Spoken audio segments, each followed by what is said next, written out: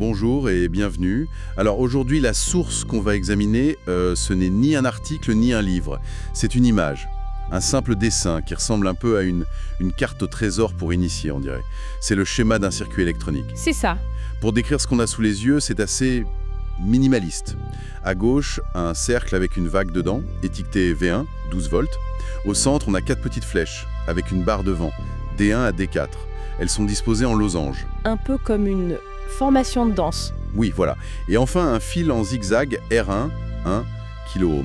L'objectif aujourd'hui, c'est de craquer ce code visuel. Pas juste pour nommer les pièces, mais pour comprendre la logique, l'intention derrière tout ça. C'est exactement ça. Il faut voir ces schémas comme une partition musicale, ou une chorégraphie, comme vous disiez. Ce sont les plans qui se cachent à l'intérieur de pratiquement tous nos appareils. C'est un langage universel pour les ingénieurs. De Tokyo à la Silicon Valley. Partout. Et l'enjeu, ce n'est pas de faire un inventaire, mais de comprendre le mouvement, le flux d'énergie que le concepteur a voulu créer. Ce dessin, il n'est pas statique. C'est le plan d'une machine dynamique, conçue pour dompter l'électricité. Dompter l'électricité, j'aime bien l'idée. Alors, commençons par le début. La source, V1. Le 12 volts, ça je comprends. C'est la tension, la force du courant. Mais ce qui m'intrigue, c'est cette petite vague à l'intérieur du cercle. Ce n'est pas le symbole d'une pile, avec ses traits parallèles. Qu'est-ce que ça signifie? Alternatif. C'est celui qui sort de nos prises murales. D'accord. Contrairement à une pile qui fournit un courant continu, donc stable toujours dans le même sens, le courant alternatif, lui, il change de direction tout le temps. Il fait des allers-retours. En permanence, oui. La polarité des deux bornes de la source V1 s'inverse des dizaines de fois par seconde. Un instant, le haut est positif, le bas négatif, et l'instant d'après, paf, c'est l'inverse. C'est un flux très instable par nature. D'accord. Donc on a une énergie qui est, par définition, indisciplinée et changeante. Intéressant. Et en partant de cette source, le courant arrive à ce carrefour avec nos 4 flèches, D1 à D4. On dirait des panneaux de signalisation d'essence unique. C'est la meilleure analogie possible. Ce sont des diodes. Des diodes.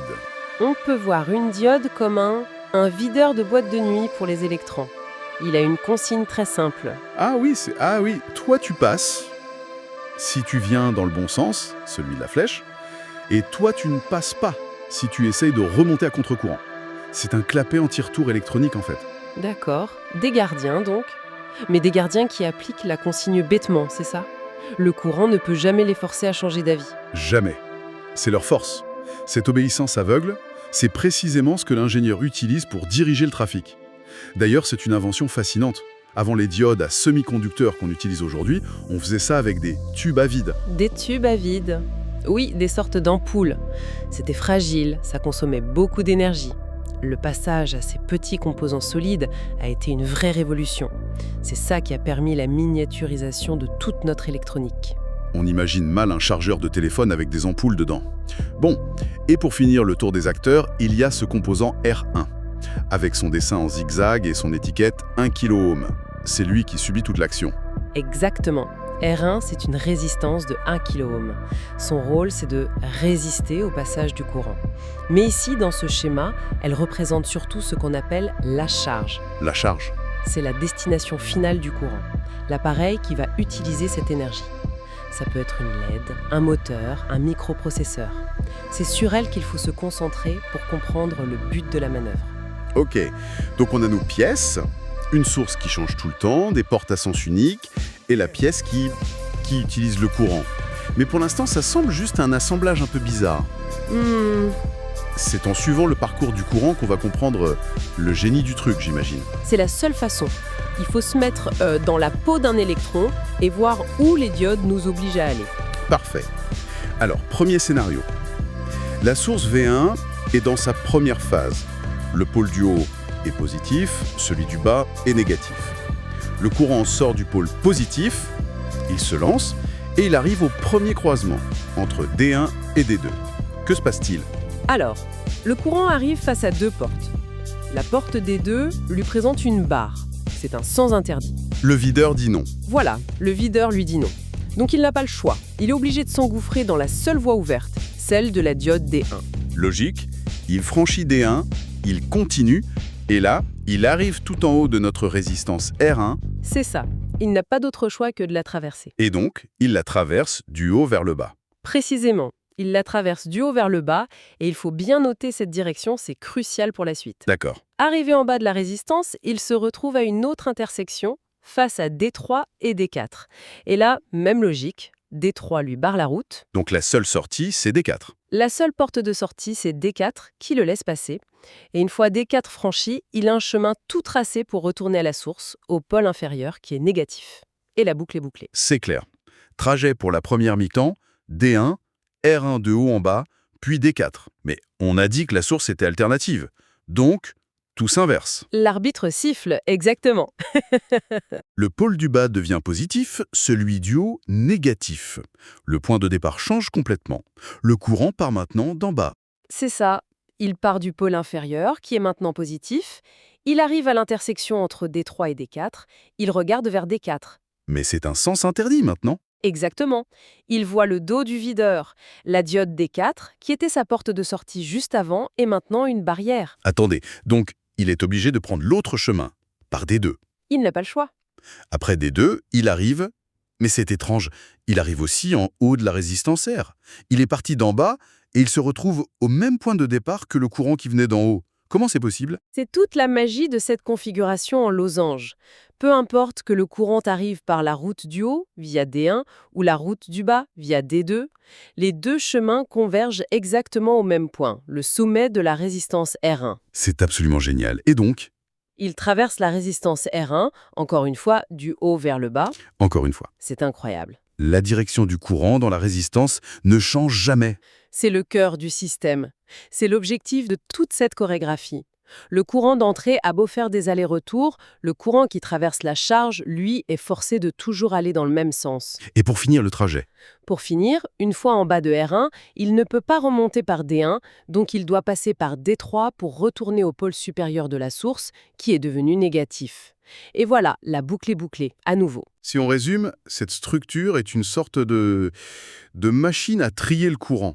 Que la vague vienne de la gauche ou de la droite, la machine la canalise pour qu'elle sorte toujours par la même porte, dans le même sens. C'est la définition exacte. On transforme un va-et-vient en un flux à sens unique. C'est ça. En termes techniques, ce circuit s'appelle un pont de diode ou un pont redresseur. Il redresse le courant alternatif. Mais il y a un petit détail important. Abaisse? Lequel? C'est une solution quasi parfaite, mais chaque diode consomme un tout petit peu de tension pour fonctionner, pour ouvrir sa porte en quelque sorte. On appelle ça la chute de tension. Ah oui, Ici, avec 12 volts, ce n'est pas très grave. Mais si on travaillait avec des tensions très faibles, disons 1 ou 2 volts, cette petite perte pourrait devenir un vrai problème.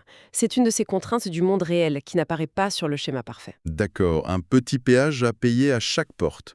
Mais attendez, une autre question me vient. Si la source alternative monte et descend comme une vague, ça veut dire que notre courant redressé n'est pas un fleuve tranquille, si. C'est plutôt une série de vagues qui vont toutes dans le même sens.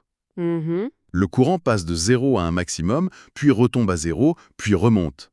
Ça ne ressemble pas au courant plat et constant d'une pile. C'est une excellente observation.